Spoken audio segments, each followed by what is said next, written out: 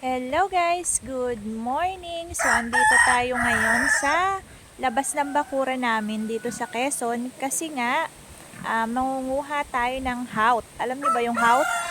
Ang tawag ng iba doon haut, yung iba naman haut. Pwede siyang gisahin, pwede siyang gataan ng may lahok lang na tinapa o pritong isda. Pero para sa akin, mas masarap siya kung ginataan. Tingnan natin yung katawan ngayon kung may bunga. Pupuntahan natin. Ito ay klase ng gulay na malago siya, gumagapang. Kaya tinatanim lang namin siya ay sa labas ng bakuran. Kasi kapag sa loob ng bakuran, masukal yung inyong bakuran. Kaya kailangan sa labas lang siya ng bakod na katanim.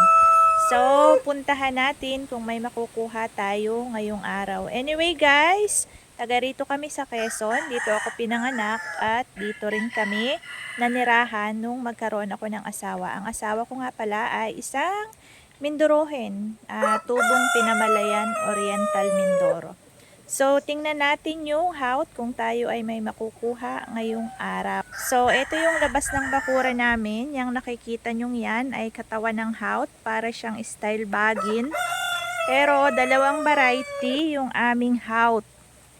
Ang una is yung ganito, para siyang purple. May purple lining siya sa katawan. Yan. Tapos yung bunga niya ay may lining din na purple. Malapad siya, flat. Pwede nyo siyang kunin ng ganito pa lang siya. Tapos baliin nyo lang siya, pwede nyo na siyang igisa. Wala siyang buto pa sa loob. Pag kinuha nyo yan, wala pa siyang buto. Pero pwede nyong antayin na magkaroon siya ng malalaking buto. Tapos puro buto lang yung lulutuin nyo kasi nga yung balat niya hindi nyo na makakain. Mas prepare ko na matitigas yung buto, tapos hihimayin ko na lang siya, tapos pag ginataan, puro buto lang siya. So, ang bulaklak niya ay ganito, parang violet or purple ba tawag dito. Tapos, ang katawan niya at dahon ay ganito. Ayan o, nakahalo lang siya sa damuhan dito sa Quezon kasi nga, parang style bagin din siya ang katawan, kaya hindi pwedeng ilapit sa bahay. Tapos, kapag malalaki na, ganito siya.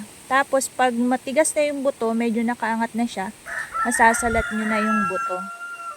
Bali, dalawang variety yung ganito namin dito sa Quezon. Isa ito, yung flat na may lining na purple.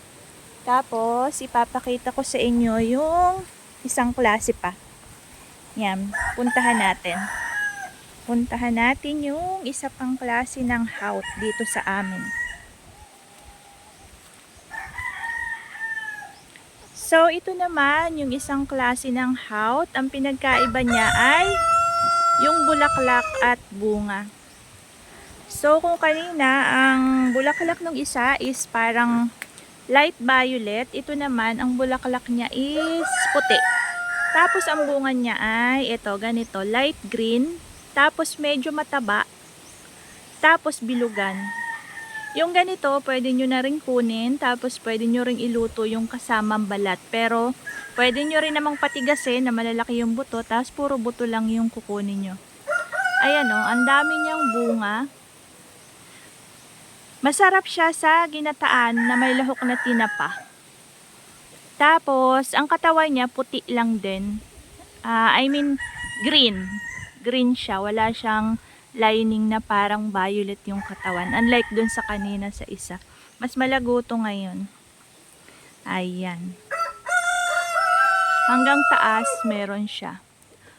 So, ayun lang guys. Kung meron kayong ganito, anong masarap na lutang ginagawa nyo sa ganitong gulay. So, yun lang for today. Have a great day. Bye!